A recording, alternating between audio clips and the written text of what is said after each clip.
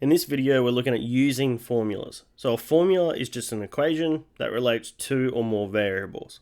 So the subject of a formula is the pronumeral that usually sits on its own. So for example, c equals the square root of a squared plus b squared. C is what we call the subject. All right. Now, how we solve these formulas is that we substitute in numbers into the formula to usually find an unknown one or a pronumeral that we're trying to find.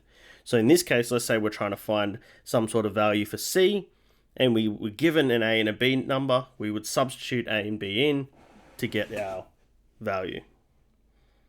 So we're going to do an example. Here we have a formula, substitute the given values into the formula. We have S equals A over 1 minus R, where we know A is 3 and R is 0.4. So I'm going to write the formula out just quickly. A over 1 minus R.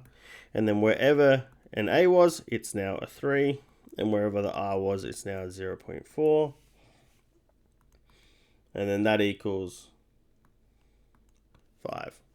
All right, so you can just put that into a calculator and get the answer. Here's another one. So this time we have A equals H over 2, A plus B. So I'm going to substitute in our values. So this time we have 12 equals 4 over 2, 5 plus B. So we're trying to find that B value there. So what I'm going to do first is simplify it down, because I can simplify this fraction here. So let's do that. So we've got 12 equals 2, 5 plus B. What I can do here now is divide by 2.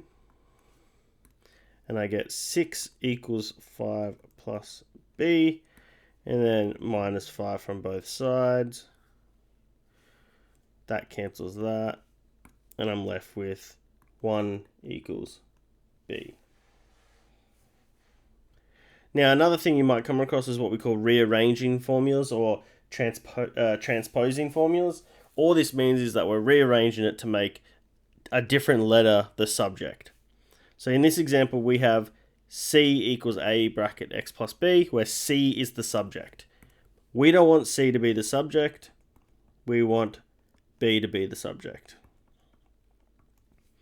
So what we do is, like any normal equation, we just do the opposites. All right, so we have an A there. So what we're going to do is we're going to divide by A, divide by A. So now we have C over A equals X plus B. I don't want the X there, I want the B by itself. So we're going to minus X. That cancels that out. So I'm left with C over A, take away X, equals B. Or it's better to write the B at the front. So C over A minus X.